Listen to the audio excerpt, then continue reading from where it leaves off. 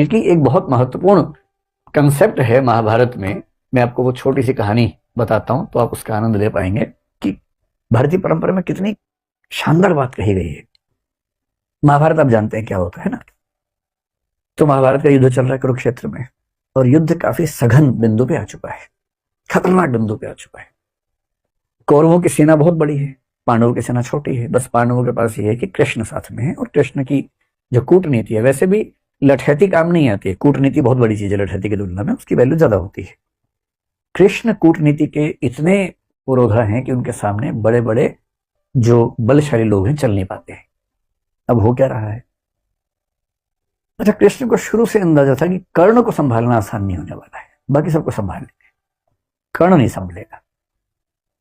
तो कुंती ने कर्ण से एक निवेदन किया, और कर्ण ने अपनी माता से कहा, ठीक है माता जी, आप निश्चिंत रहें, आपके 5 बच्चे बचे रहेंगे।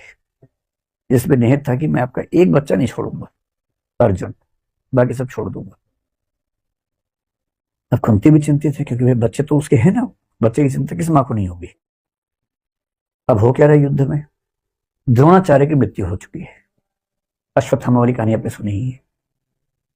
भीष्म भी युद्ध लड़ने की स्थिति में नहीं है, वो शैया पे लेटे हुए हैं, युद्ध नहीं लड़ रहे हैं। बहुत बड़े बड़े सैनिक कौरवों की तरफ के खत्म हो चुके हैं, हार चुके हैं। कर्ण कंट्रोल नहीं हो, और पांडव उधेड़बुन में है। युद्ध के बाद शाम की मीटिंग चल रही है। युधिष्ठिर एक ऐसा व्यक्ति है जो बहुत ही विनम्र है, संयमित है। आप युधिष्ठिर के मुंह से गलत बात आमतौर पर नहीं सुनी, क्योंकि संयम बहुत ज्यादा है। लेकिन उस दिन, उस कमजोर क्षण में युधिष्ठिर भी संयम खो बैठे, और अर्जुन को बोल रहे हैं कि तुम तो कहते थे कि तुम दुनिया के सबसे अच्छे धनुर्धर हो भाई। अजीब हाल है, तुम कर्ण को मार ही नहीं पा रहे। काहे कि तुम्हारी धनुर्विद्या, काहे का तुम्हारा गांडीव धनुष। ये सुनते अर्जुन को आग लग गई एकदम। और अर्जुन ने एक कसम ले रखी थी, प्रण लिया हुआ था कि यदि कोई मेरे गांडीव धनुष का अपमान करेगा तो मैं उसका जीवन ले लूंगा। ये प्रण लिया हुआ था, प्रतिज्ञा थी। अब मामला फंस गया कि अपमान कर दिया बड़े भाई ने। बड़ा भाई और पिता परंपरा में एक ही माना गया है, तो पिता स्वरूप बड़े भाई ने अपमान कर दिया। अब अर्जुन परेशान है कि यार मुझे प्रतिज्ञा पूरी करने के लिए भाई का वध करना पड़ेगा। कृष्ण समझ गया कि ये मामला ठीक कर रहा हूं। कृष्ण उसके पास गया, बोले चिंता मत करो यार, रास्ता है इसका। क्या रास्ता है? बोले शास्त्रों में कहा गया है कि पिता का अपमान करना और पिता की हत्या करना बराबर बात है। तो तुम युधिष्ठिर का अपमान कर दो, तुम बड़े भाई के वध के पाप से मुक्त हो जाओगे। उसने कहा ये ठीक रहेगा। तो उसने उसी सभा में वापस जाके बोला, आपने जो जुआ खेला उसकी वजह सब कुछ हो रहा है। आपने ही सारी गड़बड़ की थी।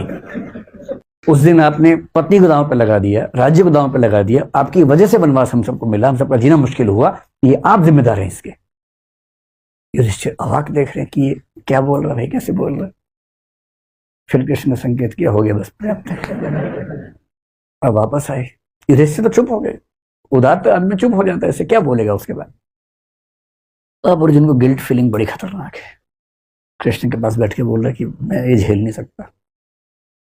पिता की निंदा और पिता की हत्या बराबर है। मैंने पिता की निंदा की, यानी कि मैंने पिता की हत्या की है, और पिता की हत्या के बाद मैं जीवित रहूं ये संभव नहीं है।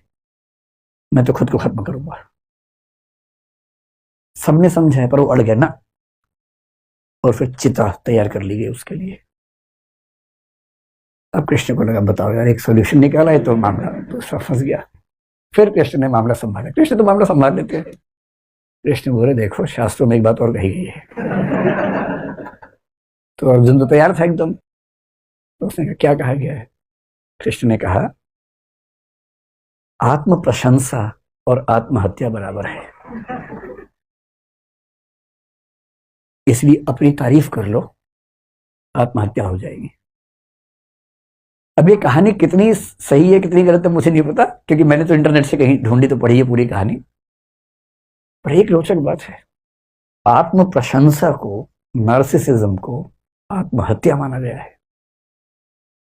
और इसका मतलब है कि हमारी कल्चर ये सिखाती है कि कोई भी बच्चा अगर उछल कूद मचाए कि मैं तो ये हूं, मैं तो वो हूं, तो समझना तुम ये वो नहीं हो, एक बहुत बड़े संसार के छोटे से हिस्से हो। उतने ही हो, उतना ही अपने आप को समझो। और इसीलिए आपको इंडियन फिलॉसफी, इंडियन लिटरेचर की परंपरा में ऐसे एक से बढ़कर एक लोग दिखेंगे, बहुत योग्य थे पर बड़ा बोल नहीं बोलते थे। बड़े बड़ाई ना करें, बड़ा ना बोलें बोल, रहीमन हीरा कब कहे लाख टका मेरो मोल। जो बड़ा होता है बड़ाई नहीं करता है अपनी। रहीम कह रहे हैं हीरा कब कहता है कि मेरा मोल लाख टका है, नहीं कहता, कहना भी नहीं चाहिए। क्यों कहना चाहिए?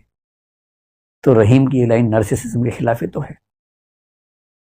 तुलसीदास जैसा आदमी जो इतना महान महाकाव्य, मतलब पूरी भारतीय परंपरा में सबसे महान महाकाव्य कौन सा मानता है? रामचरितमानस। भारत क्या दुनिया भर मानते हैं, क्योंकि उतनी प्रसिद्धि किसी को नहीं मिली। वो आदमी इतनी महान रचना लिखने के बाद भी क्या लिखता है? कवित विवेक एक नहीं मोरे, सत्य कहो लिखी कागज कोरे। यानी कविता करने का विवेक रत्ती भर मेरे अंदर नहीं है, मैं तो जो सच समझता हूं कोरे कागज पर लिख देता हूं, बस इतना ही करता हूं। कवि न हो नहीं बचन प्रवीणु, सकल कला सब विद्याहीनु। ना कवि हूं ना भाषा की प्रवीणता मेरे अंदर है, सारी विद्याओं से हीन हूं, बहुत ही छोटा व्यक्ति हूं। ये वो व्यक्ति कह रहा है जिसने दुनिया का सबसे सफल महाकाव्य लिखा है, क्योंकि उसके संस्कार ये कहते हैं कि अपनी प्रशंसा करना बहुत बुरी बात है। कबीर दास ने पूरी दुनिया में आग लगा दी, इतना अच्छा साहित्य लिखा, इतना अच्छा साहित्य लिखा। और जब किसी ने पूछा कि आप इतनी अच्छी कविताएं कैसे लिखते हैं, तो क्या कह रहे हैं? तुम जिन जान्यो गीति हैं वह निज ब्रह्म विचार। तुम जिनको मेरी कविताएं बता रहे हो ना, कविता वविता कुछ नहीं है, मैं तो अपनी बात भगवान के बारे में लिखता हूं, आप उसको बोलते कविता है। कविता कहाँ? ना मैं पढ़ा लिखा हूं ना मैं कुछ जानता हूं।